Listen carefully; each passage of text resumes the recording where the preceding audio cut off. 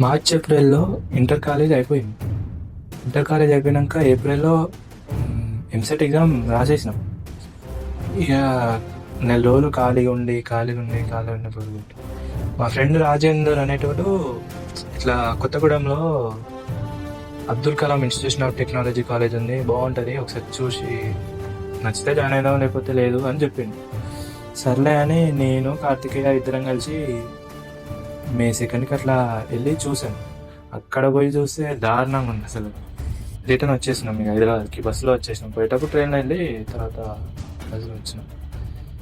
ఇక్కడికి వచ్చాక అందరూ ఇంత హైదరాబాద్ సిటీలో ఉంటారు, మీరు హైదరాబాద్లో ఉండి అక్కడెక్కడనో కొత్తగూడెం ఎందుకు, హైదరాబాద్ నిడిచిపెట్టి హైదరాబాద్లో టాప్ కాలేజెస్ ఉన్నాయి కదా అక్కడ ఎందుకు చూస్ చేసుకుంటున్నారని అందరూ తిట్టిరు. సర్లే అలానేది కూడా నిజమే కదా అని వెయిట్ చేసినాం.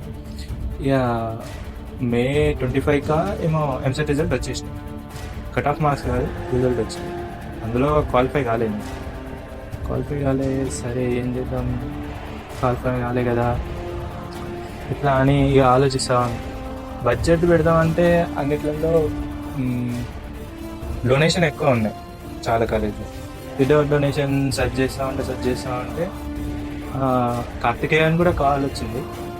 సెయింట్ మేరీస్ యూనివర్సిటీ, ఇప్పుడు యూనివర్సిటీ, అప్పుడు Saint Mary's group of institution.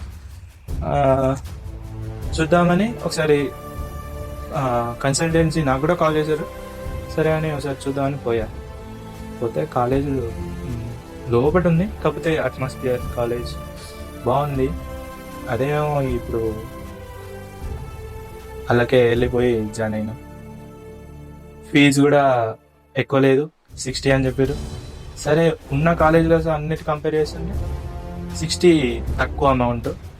BTech 60 అంటే ఇవాళ ఎప్పటిలా స్కూల్ పిల్లలకి 1 lakh 60 కదా అని ఇక జాయిన్ అయిపోయాను. అసలు అలా జాయిన్ అయ్యేటప్పుడు అలా సిఎస్సి ఉంటాయి, ఏడిఎస్, ఇవన్నీ సపరేట్ బ్రాంచ్లు ఉంటాయి. అందులో ఒకటే కాలేజ్ కదా, ఒక దాంట్లో చదువుకుంటాం ఇద్దరం, కార్తికేయ నేను ఇద్దరం ఒకటే దాంట్లో చదువుకుంటామని జాయిన్ అయ్యాం.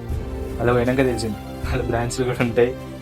కాలేజ్ ఒకటే, కాకపోతే బ్రాంచెస్ వేరే అయ్యి సర్లే ఇక ఏం చేస్తాం, బ్రాంచెస్ వేరే అయినాక మనం మాత్రం ఏం చేసేది, ఇక కంటిన్యూ అవుతున్నాయి.